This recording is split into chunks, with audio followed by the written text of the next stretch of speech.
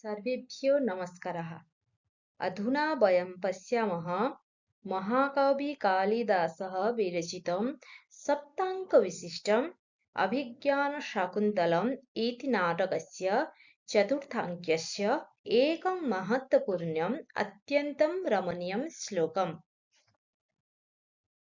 यस्य तद्य शकुन्तलेति हृदयम् संस्पृष्टमुत्कण्ठया कण्ठस्तम्भितबाष्पवृत्तिकलुषत् चिन्ताजडं दर्शनम् वैकल्यं मम तावदीदृशमिदं स्नेहादरुन्नौकशः पीडन्ते गृहिणः कथं नूतनया विश्लेष्य दुःखैर्नवैः।